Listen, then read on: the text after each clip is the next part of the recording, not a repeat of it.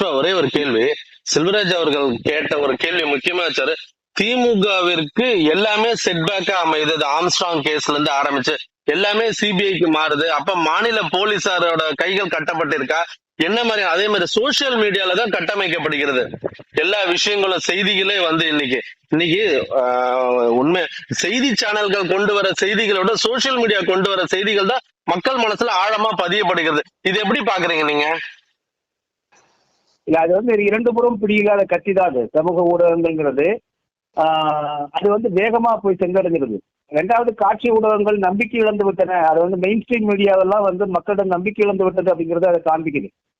நம்ம எல்லாமே பத்திரிகை ஊடகங்களாளர்கள் தான். நம்ம 3 பேருமே பெரிய நிறுவனங்களில் பணியாற்றியவர்கள், இன்றும் பணியாற்றி கொண்டிருக்கக்கூடியவர்கள். அப்படி பார்த்தாலுமே இன்று மக்கள் காட்சி ஊடகங்கள் மீது நம்பிக்கை இழந்துட்டாங்க. அதனால சமூக ஊடகங்களை நோக்கி போறாங்க. சமூக ஊடகங்கள்ல மிக வேகமாக செயல்படுகிறார்கள் இந்த சமூக ஊடகர்கள்.